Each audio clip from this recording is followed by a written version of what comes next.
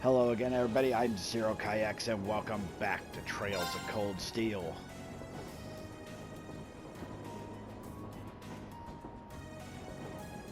When we last left off, we had just finished with Chapter 5.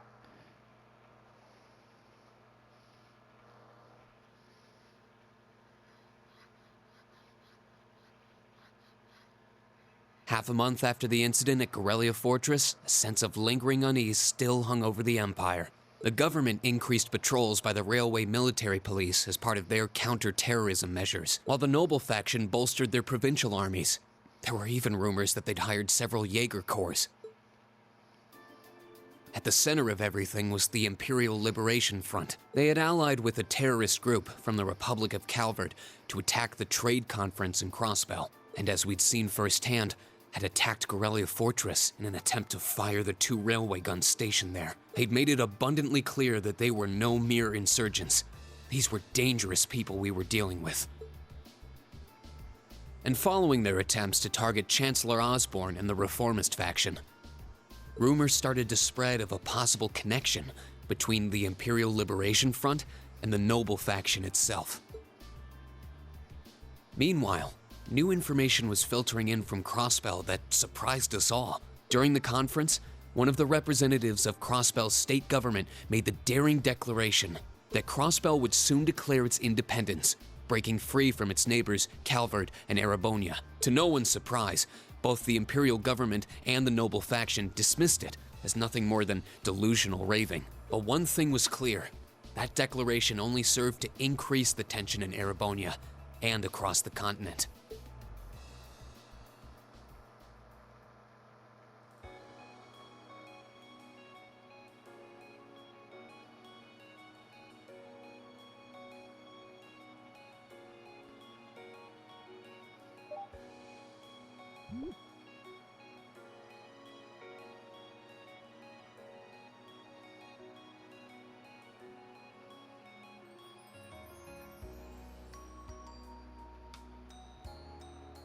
On a cool, clear autumn day, the Academy's prestigious board of directors gathered for their first meeting of the year.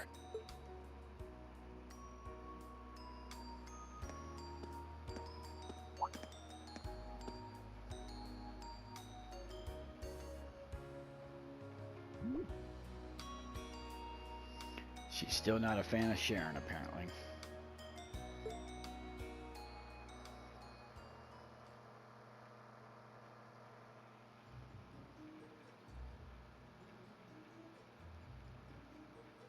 And that concludes my biannual report. Good. It seems the Academy is running like a well-oiled machine.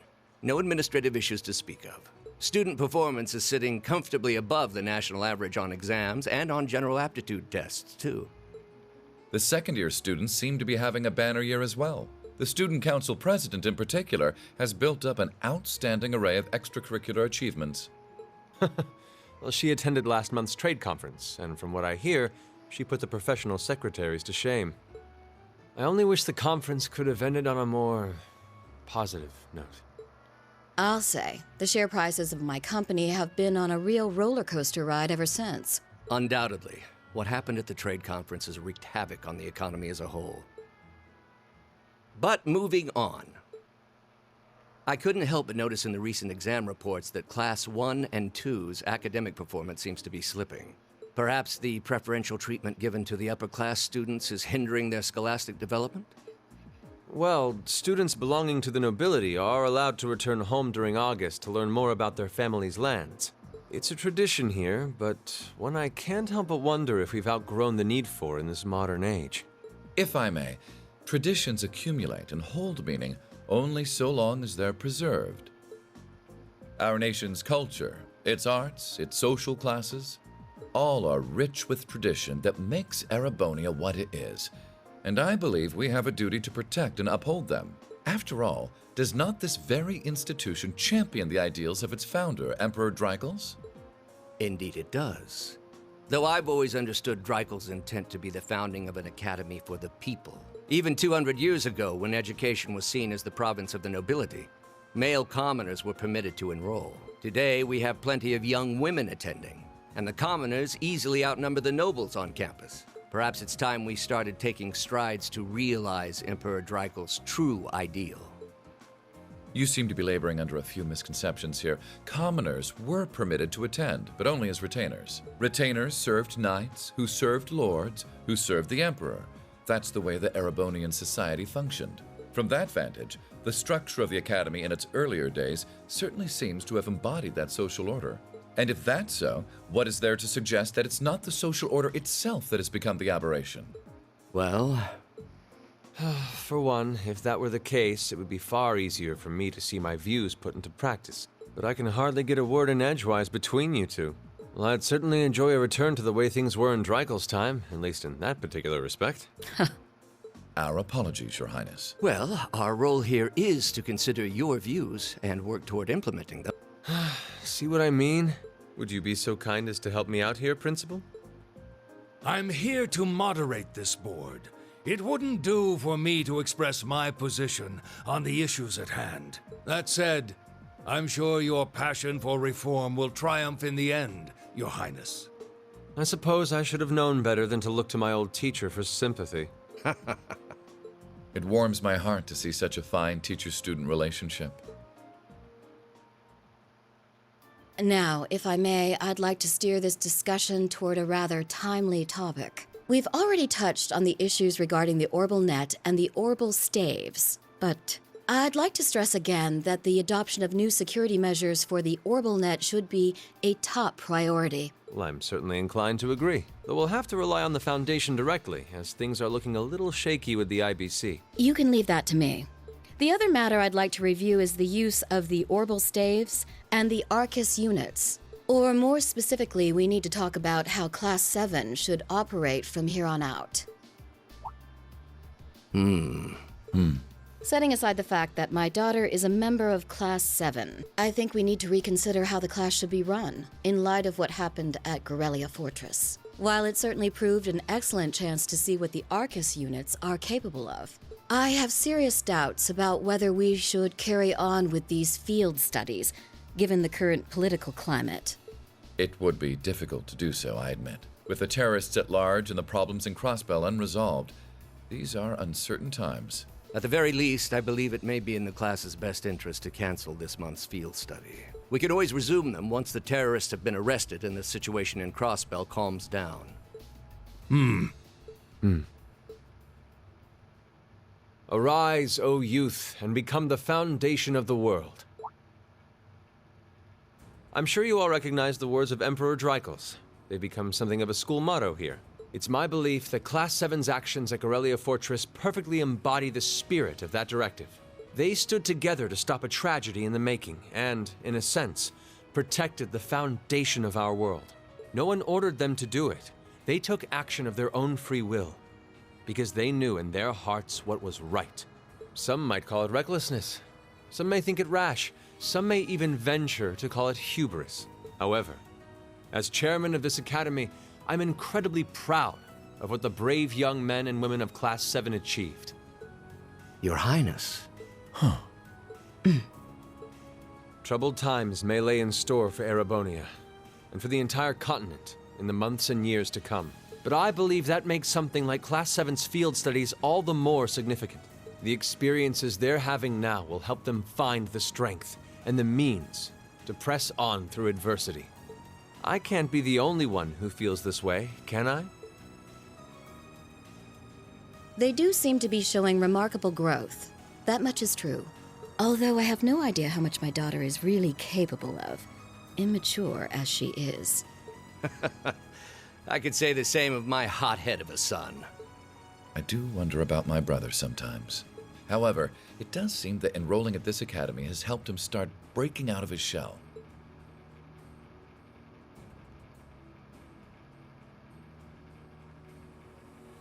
With the Academy Festival coming next month, we hadn't even planned a field study. So the issue at hand is just whether to hold a field study at the end of this month or not. I'd like to ask those in favor of going ahead with this month's field study to please raise their hands.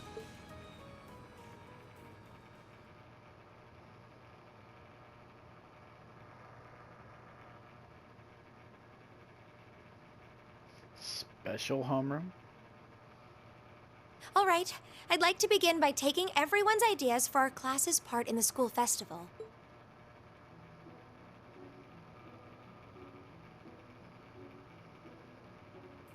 The festival will run for 2 days next month, the 23rd and the 24th. Equipment setup and the other preparatory work will begin in the afternoon 2 days before the start of the festival. But there's a lot of preparation needed before we get to that point, and the sooner we get that underway, the better.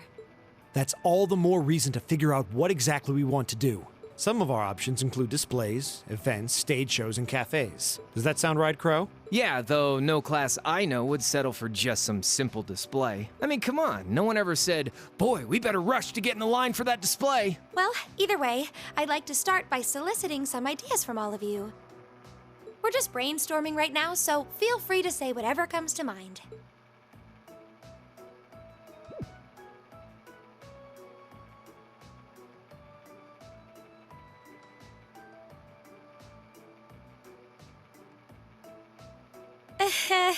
Would it kill you all to give just a teensy bit of cooperation?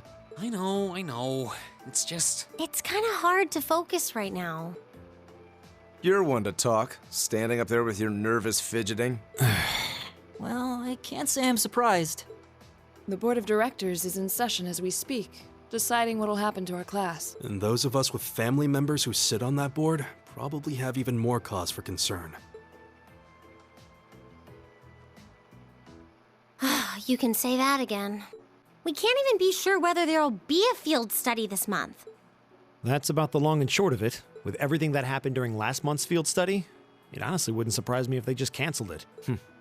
I can't say I have any particular feelings of attachment to our field studies, but I refuse to accept needless changes to our curriculum, especially with my brother involved in the decision-making process. Yeah, I can see what you mean. Makes sense to me. We also have to account for the fact that going on our field study means that much less time to prepare for the festival. So as you can see, it presents a bit of a problem. Man, look at you guys taking this all seriously. I probably should have asked a little earlier, but what's this festival you guys keep talking about? Wait, seriously? Oh, I'm sorry. I should have gone over that for your benefit. Every year, the students here organize and put on a school-wide festival. There are stage events, food stalls, and all kinds of things to see and do. And it generally falls to each of the first-year classes to provide the main attractions. Yeah, participating is optional for the second years, since by this point they're usually focusing on their future careers. Oh, and each of the clubs generally get involved too. Huh, that sounds fun. In that case, we have to do something. We can't just let the other classes roll over us because we're small. You say that, but I've already had one of the girls from Class 1 bluster up to me declaring that this time victory will be all ours. What? It must have been Ferris. That sounds exactly like something she'd say. Well, Class 1 does seem to have had it in for us ever since the midterm results were announced. If it's all the same, I'd rather not see the House of High Arms claim yet another nominal victory. But we need to account for the fact that our class is markedly smaller than theirs is. That's certainly true. It'd help if we at least knew what the other classes are doing. It kind of seems like everyone's having trouble staying focused. Come on, everyone, get it together. Instructor Sarah? Isn't this a self-study period? Oh, it was. But I thought you all might like to know that the Board of Directors meeting just adjourned a few minutes ago. So I decided to skip along down here and be the first to break the news. Then? What about our next field study? Are we still on? The Chancellor's not the only one with a little too much iron in his blood, because the board voted unanimously to have you continue your field studies. You mean it? So that's how it is. You know, even though they're always hard work, I actually feel a little relieved. Considering all that happened last month, we'll need to be especially careful this time around.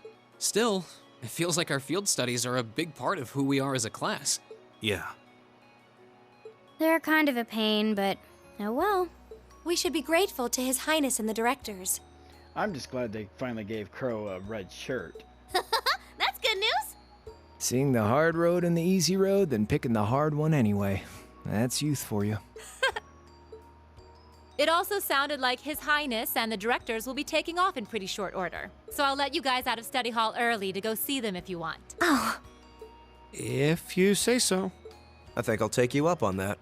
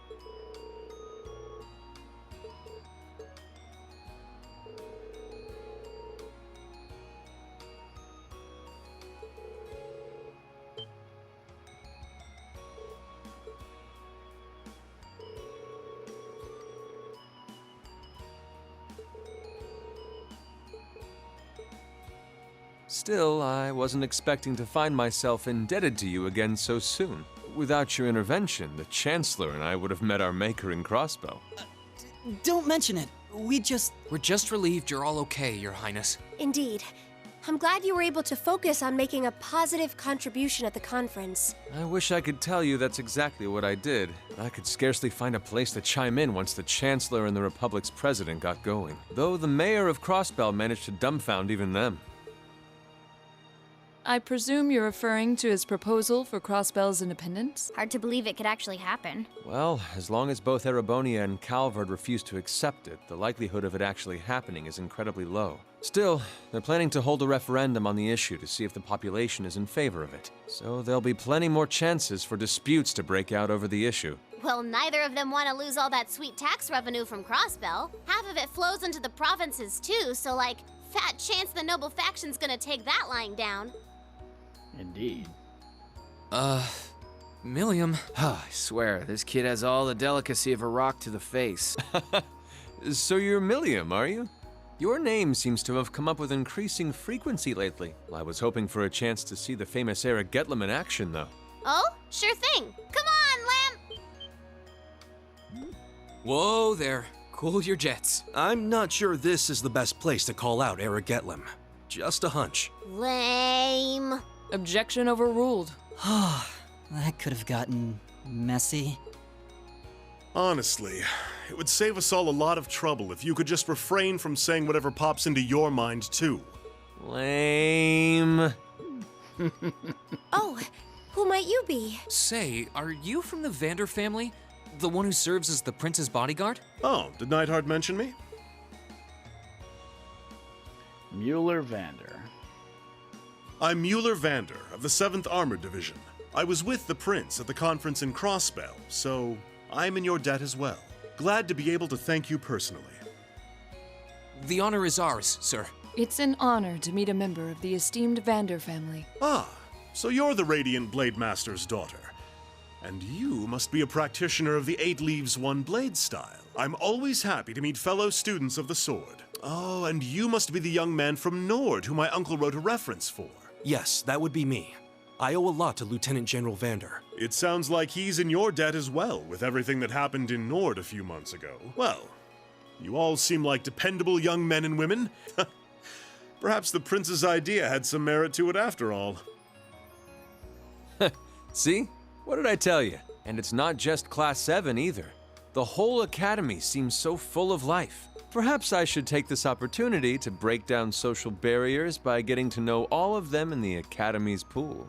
If you really want to work up a sweat, I'd be glad to let you run back to Heimdall. If you kept up a good sprint, I'll bet you could even make it in a couple hours. You'd actually make me do it, too. Cruelty. Thy name is Mueller. It's like their hearts practically beat in sync. That's certainly one way to look at it. I wonder how long they've known each other. Probably for a long time.